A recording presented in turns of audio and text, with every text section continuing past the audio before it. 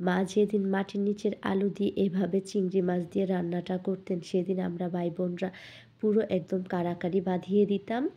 তো চুলার উপর থেকেই কিন্তু খাওয়া শুরু হয়ে যেত রান্না কমপ্লিট হওয়ার আগেই।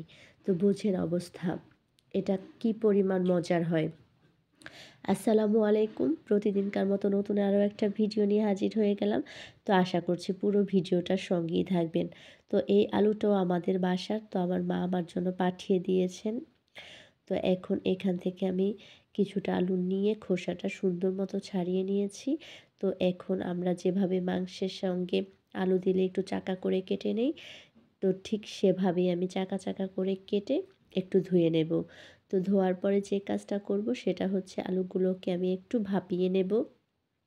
তবে একদমই বেশি সময় ধরে ভাপানো যাবে না। ৪ থেকে ৫ মিনিটের মতো ফুটে উঠলে এরপর ২-১ মিনিটের মতো নেড়ে চেড়েই কিন্তু তারপর আলুগুলো পানিটা ছেঁকে নিয়ে তারপরে একটু ধুয়ে পানিটা ঝরিয়ে রাখতে হবে, না হলে কিন্তু ওভারকুক হয়ে যাবে। তো এখন এখানে আমি কড়াইতে বেশ খানিকটা বড় বড় চিংড়ি মাছ নিয়ে নিলাম। সেই সঙ্গে এখানে ১.৫ টেবিল চামচ পরিমাণ থেতো করা পেঁয়াজ, ১ টেবিল চামচ পরিমাণ থেতো করা রসুন আর ৩টা কাঁচামরিচ এখানে আমি একটু থেতো করে নিয়েছি। সবটাই থেতো করে নেওয়া। তো আপনারা চাইলে কিন্তু ব্লেন্ডারেও ব্লেন্ড করে নিতে পারেন। তো সেই সঙ্গে ১.৫ কাপ পরিমাণ পানি দিয়ে দিলাম, স্বাদ মতো লবণ আর হাফ চা চামচের থেকে একটু বেশি পরিমাণে হলুদের গুঁড়া দিয়েছি। তো এটাতে কিন্তু খুব বেশি পরিমাণ হলুদ লাগে না। তো এখন ঢাকনা দিয়ে ঢেকে প্রায় ৪ থেকে ৫ মিনিটের মতো মশলা আর মাছগুলোকে আমি একটু কষিয়ে নিয়েছি। আর চিংড়ি মাছ কুক হতে তো খুব একটা সময় লাগে না, এটা আমাদের সবারই জানা। তো এখন যে আলুটাকে আমি ভাপিয়ে নিয়েছি সেই আলুগুলো এর ভেতরে দিয়ে দিচ্ছি। আর এই ভাপানো আলুটাও কিন্তু আপনারা চাইলে ইজিলি খেতে পারবেন।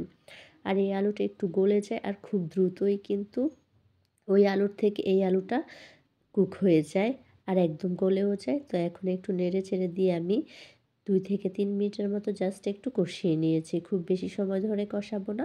আর আমি কিন্তু এই আলুটা একটু ঝোল ঝোল রান্না করব। যদিও আমার এই আলুগুলো গলে গিয়ে ঝোলটা একদম মাখা মাখা টাইপের হয়ে গেছে।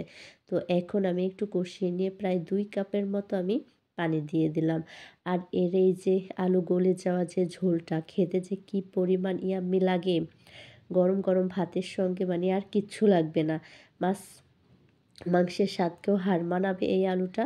তো যখন আমি একটু ঝোলটা গাঢ় হয়ে এসেছে, তো ওই পর্যায়ে আমি একটা বাগার দিয়ে নেব। তো এখানে আমি একটু 1/4 কাপ পরিমাণ তেল নিয়ে তাতে ৫ থেকে ৬টার মতো রসুনকে থেঁতো করে দিয়ে একটু ভেজে নিয়ে দিয়ে দিলাম। আর শেষের এই বাগারটার কারণে এই রান্নাটার টেস্ট দ্বিগুণ বেড়ে যায়।